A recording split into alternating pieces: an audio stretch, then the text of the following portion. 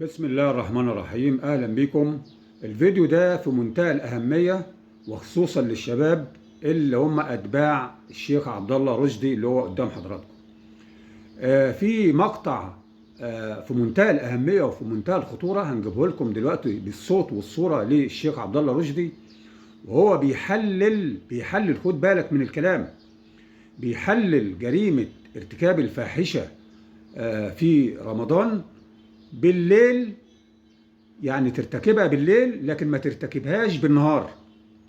يعني ارتكاب الفاحشة عنده بالنهار بنهار رمضان ده يعني حرام وعليه عقوبة، اللي هو صيام شهرين أو إطعام 60 مسكين. لكن بالليل حلال وبالليل يبقى مظبوط. واحد بيسأله هتسمعوه دلوقتي، بيقول له أنا ارتكبت هذه الفاحشة في نهار رمضان، أعمل إيه؟ فالشيخ عبد الله رشدي بسط له العملية وبيضحك معاه وبيقول له يا أخي لو حبكت معاك اعملها بالليل، بالليل بعد ما تصوم يعني في رمضان.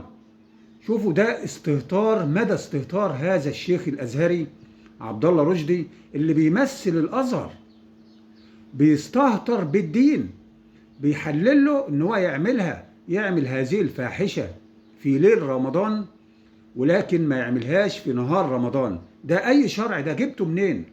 جبت هذا الشرع منين ايها الشيخ الازهري؟ نسمع كده هذا المقطع علشان تتأكدوا، وهنتابع يعني نكشف لكم حقيقة هذا الشيخ بعد ما تسمعوا هذا المقطع الخطير والمسيء والمخزي على مشايخ الأزهر. اسمع كده هذا المقطع. حكم الزنا في نهار رمضان دي مصيبة سودة. يعني انت بتزني في نهار رمضان؟ يعني طب يا اخي استغفر الله، لو حبكت معاك خليها بالليل، لو حبكت معاك خليها بالليل، لو حبكت معاك خليها بالليل، لو حبكت معاك خليها بالليل. ده انت يعني ايه ده؟ ده انت جاحد قوي. ينفع كده؟ حضراتكم سمعتم كلام الشيخ عبد الله رشدي اللي هو بيمثل الازهر اللي مسلط عليه الضوء وبيتبعه ملايين الشباب ومنخدعين فيه، وكأنه يعني ملاك مخلص او نبي من الانبياء. الناس يعني متعصبة ليه تعصب اعمى، بيقول لك حتى لو عمل ايه حتى هو عاجبنا، واخدنا عناد. انت حر، عاند مع نفسك، انت سامع بنفسك اهوت. بيحلل ان واحد يعمل هذا الامر، بيحلل لك كده علشان يوديك جهنم، ان انت تعملها بالليل في رمضان لكن ما تعملهاش بالنهار.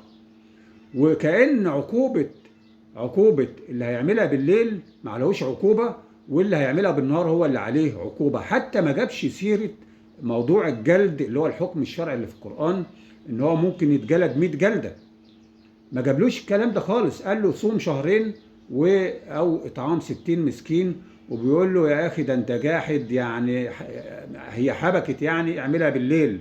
هي حبكت، ويضحك معاه وينبسط قوي. يعني بيخلي اللي ارتكب هذه الفاحشة في نهار رمضان ياخد العملية ببساطة وما يحسش ان هو ارتكب ذنب عظيم. يعني دي من اكبر الذنوب.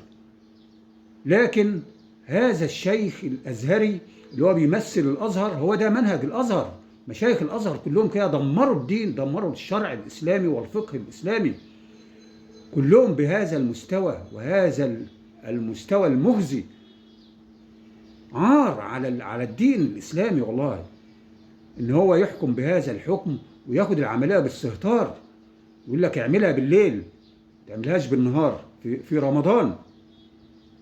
نرجو ان انتوا تحذروا خصوصا الشباب عشان مصلحتك، ما تاخدش العمليه عناد وتعصب لشيخك على حساب دينك.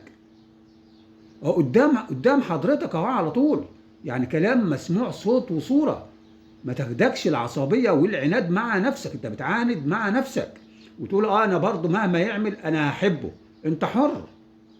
وكمان المشايخ الخونة دول يعني بيساووا ما بين الرجل لما يرتكب الفاحشة مع امرأة أجنبية أو غريبة في نهار رمضان مع لو واحد متزوج وعمل هذه العملية مع زوجته في نهار رمضان، يعني العقوبة هنا زي العقوبة هنا. يعني الواحد اللي هو بيرتكب الفاحشة مع واحدة أجنبية في نهار رمضان هو نفس الحكم أو العقوبة عليه، اللي هو صيام شهرين أو إطعام 60 مسكين.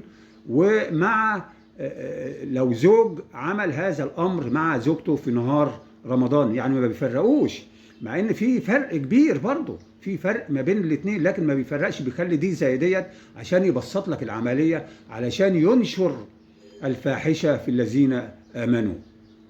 احذروا من هؤلاء المشايخ الخونه اللي هم معظمهم ازهريه، علشان ما يضللكوش ويكون مصيركم جهنم. ما تتعصبش وياخدك العناد على حسابك انت، على حساب اخرتك في الاخره، وحسابك في الاخره. هذا الشيخ لن ينفعك في الاخره، لو مشيت وراه هيضللك. وانت سامع اهو بنفسك اهوت بيحلل لهذا الرجل ان هو يعملها بالليل في رمضان لكن ما يعملهاش بالنهار. هل تقبل هذا؟ هل تقبل ذلك؟